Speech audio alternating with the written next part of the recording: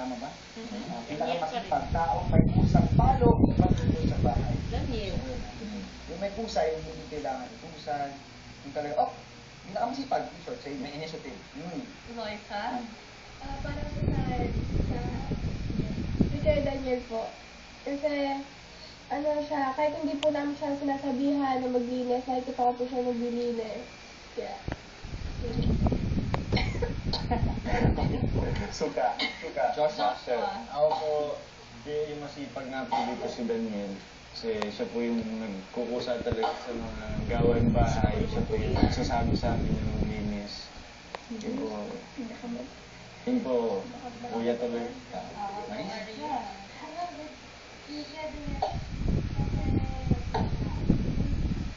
Yung kanina, ano yung gel na Daniel din?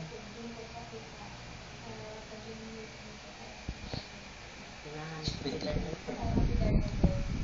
lang sa gawain bahay, hindi kasi sa taas o siya yung may initiative sa Remote. Okay, bago tayo magpatuloy. Ang mga hosts, please, one step to your left. Oh my goodness. Si Bianca. Thank you. You're welcome. You may proceed.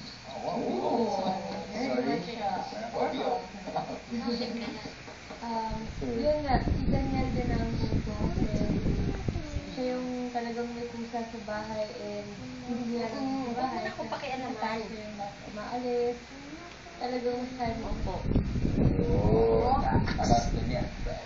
Ako, sa tingin ko po,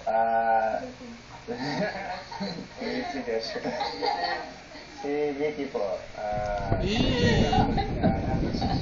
sumasipag siya din sa mga task, sa mga issues sa bahay. At yun, sa start, si very sipag po.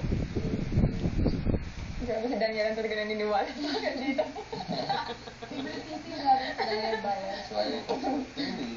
Bias. 5-1, ang nanalo para sa pinakamasipag award ay walang iba kundi si Daniel.